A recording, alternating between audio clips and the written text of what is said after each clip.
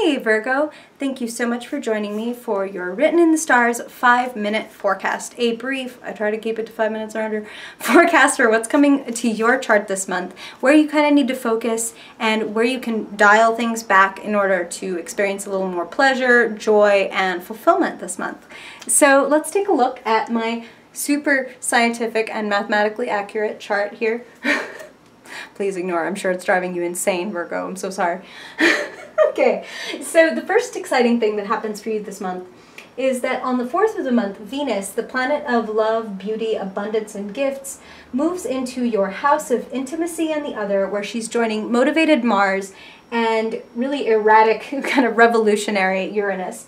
And so your house of intimacy and the other is less politely known as the house of sex, death, and other people's money.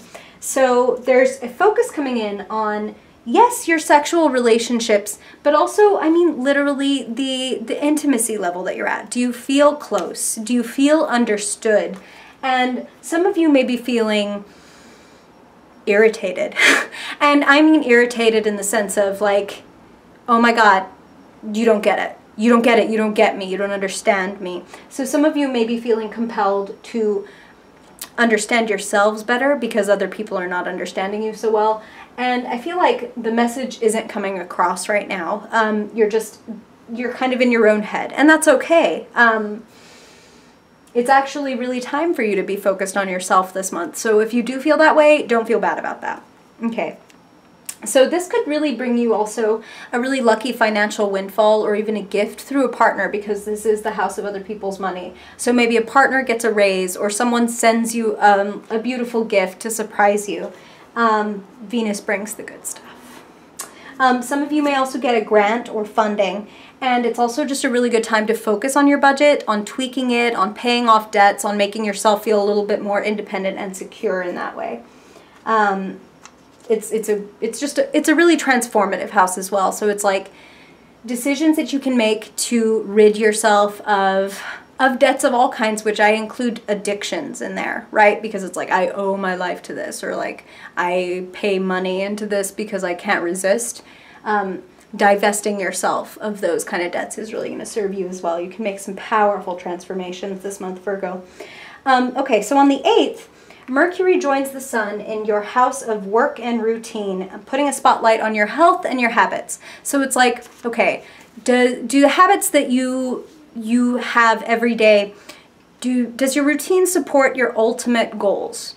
It's like, if my goal were to be a power lifter, it wouldn't serve me very well to like eat Cheetos and stay in bed all day. You know what I mean? I have to really align my habits to match my dreams. And that's what one of the focuses is for you this month. What is it that you want? What is it that you do? What is it that makes you feel healthy and productive, and what kind of robs you of that feeling of health and productivity? This is your house, Virgo, the 6th house, that house of service, work, routine, health, habits. So it's also a really good time to think about your body. How are you feeling every day? Like on a daily basis, where are your energy levels? Do you feel good? Do you feel energetic? Do you feel like you go home every day like, oh, God, thank God I'm home. I just want to pass out on the bed. I have to fall out of the frame of the camera. I'm so tired. It's a good time to make adjustments to your diet, to your exercise routine, whether you have one or not. It would be a big adjustment to have one if you don't have one. It's also a good time to apply for new jobs. If you're not loving your 9 to 5, this is an excellent time to seek out new employment. Okay, I have so many things to talk about. Okay, so on the 11th, I'm trying to keep this to 5 minutes. So on the 11th, here's that super special, really important lunar eclipse coming this month that is going to be, that energy reverberates through your chart for 6 months, Virgo. So you really want to put a good focus on this. So eclipses tend to eclipse things out of your life, or to put the focus on things that you may have been ignoring or that just demand more attention in your life.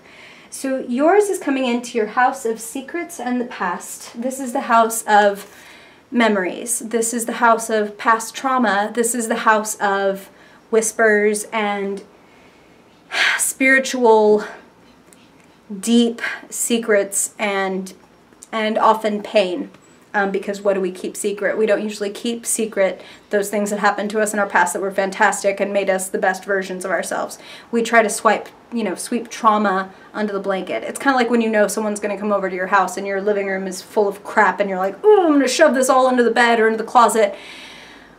It's time to clean out your emotional, psychological closet, Virgo. It's time to go ahead and just look at that stuff and know that it's not that it can't hurt you anymore, because memories do hurt, but you're the one with the power now.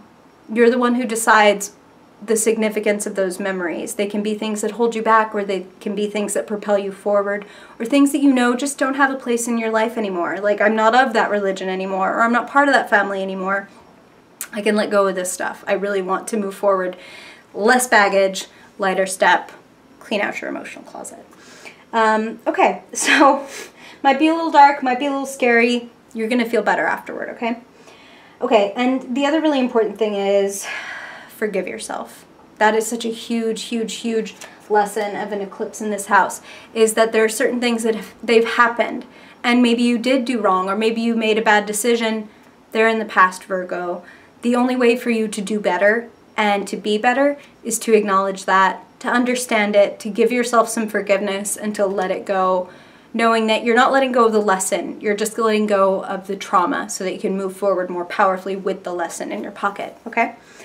Okay, so on the 19th of the month, the sun enters your house of partnerships, and then he is joined by Mercury on the 26th, and they're both in here with Neptune, planet of mysticism and art, and there's also a solar eclipse on the 26th. So this is a huge opportunity for a new start when it comes to love. And partnership can mean, yes, romantic partnerships, but also creative partnerships, business partnerships. It's time for a huge new beginning. You might want to release partners who have maybe too tight a hold on you, or that you may be holding on to too tightly, Virgo. What is it that what security might you be trying to get in someone that should not be provided by another person, but that comes from within?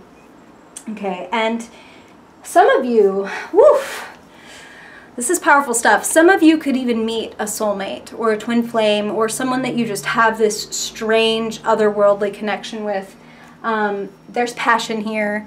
There is a wonderful mental rapport. So it's like you make each other laugh. You can talk about everything. This energy, like I said, it reverberates for 6 months. So this could just be the beginning of the sense of there's something amazing or magical or even a little bit scary happening in my partnerships. Like you have an intuition that you're moving in a new direction. Trust that intuition, Virgo. You are moving in a new direction. I want to say you're becoming more of yourself.